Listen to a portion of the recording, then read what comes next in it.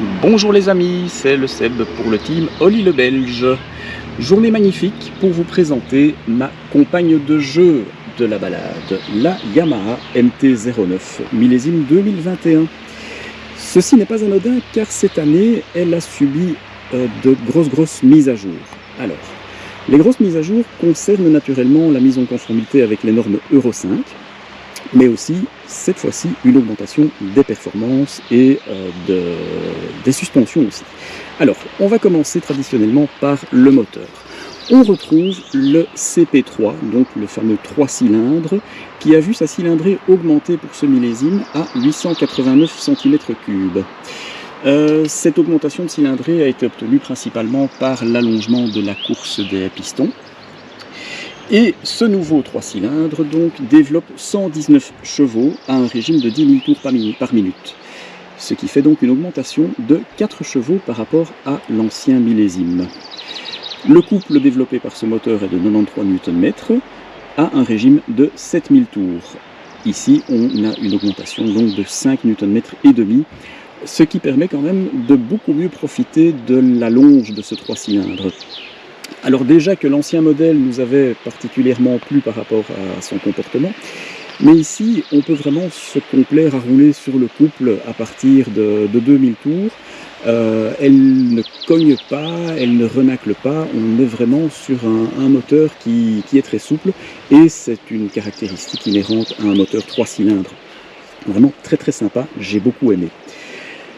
Ensuite, et qu'est-ce qu'on trouve dans ce moteur pour faire passer la puissance à la roue arrière? Eh bien, nous avons une boîte à 6 rapports, embrayage anti-dribble, et aussi la toute nouvelle génération du kickshifter Up and Down. Un régal.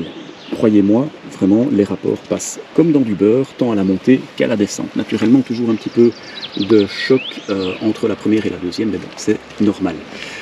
Transmission finale par chaîne, et on arrive alors au chapitre suspension et châssis. Le châssis est un cadre périmétrique en aluminium coulé, donc ici peint en noir, très belle finition, très belle facture.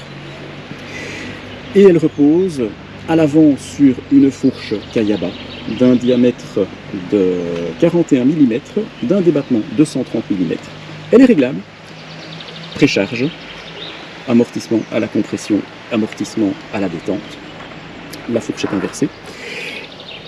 Et pour l'arrêter, on trouve deux disques d'un diamètre de 298 mm à l'avant, pincés par des étriers radiaux à 4 pistons, les mêmes qu'on trouve sur les sportives de la gamme. Et une monte typique des roadsters et des sportifs de la gamme, un pneu de 120 à l'avant. À l'arrière, grosse évolution, et là merci aux ingénieurs d'Iwata, parce que l'amortisseur a été revu et corrigé. Une nouvelle pièce a fait son apparition pour l'amortissement arrière, et franchement, très grosse amélioration du comportement routier, vraiment impeccable. Cet amortisseur est lui réglable en précontrainte, et nous donne un débattement de 122 mm. Les réactions vraiment des suspensions sont beaucoup plus accordées et beaucoup plus en rapport aussi avec les performances de la moto. Le pneu arrière est un 180, donc tout à fait classique par rapport à ce segment de moto. Et pour freiner, pour ralentir à l'arrière, on trouve un disque de 245 mm de diamètre qui est pincé par son étrier à simple piston qui est signé Nissin. Le tout bien entendu avec un ABS de dernière génération. Le poids de la machine est de 189 kg en ordre de marche, et c'est là qu'on se rend compte aussi du travail des ingénieurs de chez Yamaha, parce que sur la balance ils ont gagné pas moins de 4 kg en faisant des petites améliorations donc au niveau du moteur, au niveau des roues, au niveau des accessoires. Honnêtement, on est sur une machine qui est vraiment très bien équilibrée, un véritable vélo, et c'est la première impression qui me vient à l'esprit quand je l'enfourche. Autant ses devancières que celle-ci, c'est une mécane qui vous invite vraiment à jouer. Sa géométrie fait que vous avez l'impression de tenir l'axe de roue avant entre les mains. Elle est extrêmement maniable, elle est pour moi extrêmement prévenante. On se sent très très vite comme à la maison, avec cette petite envie toujours de se contenter de rouler sur le couple, de rouler gentiment, mais elle vient toujours nous motiver à vouloir en faire un petit peu plus, à profiter de ses montées en régime et de profiter de la rigueur de son châssis qui est vraiment extrêmement performant. Au niveau du réservoir, contenance de 14 litres, consommation annoncée par le fabricant de 5 litres au 100 km, donc autonomie théorique d'un peu moins de 300, je dis bien de 300 km. Donc ça permet quand même de faire des très longues étapes, même si honnêtement, au bout de 200, on aspire quand même à s'arrêter pour dégourdir les jambes et dégourdir le popotin. Ceci dit, je parle de dégourdir les jambes. Avec mon 1,68 m sous la toise, le triangle selle, pose-pied, guidon est pas dérangeant du tout. On trouve vraiment sa position très très facilement et elle n'est pas contraignante. La seule contrainte est plutôt au niveau d'une caractéristique inhérente à tous les roadsters. La position de conduite et l'absence de protection sur l'avant font que on prend tout le vent directement sur le thorax. Donc une fois qu'on atteint les 100-120 à l'heure, oui, ça commence à pousser un petit peu sur le casque et à tirer sur les bras. Mais bon, ça, il existe certainement dans le catalogue Yamaha des petites options comme un saut de vent et des choses ainsi qui permettent de dévier le flux de l'air. Mais où serait le plaisir du roadster si on n'avait pas cette pression du vent sur le corps? Au niveau électronique, grosse évolution également. Alors, la plus visible, elle est là.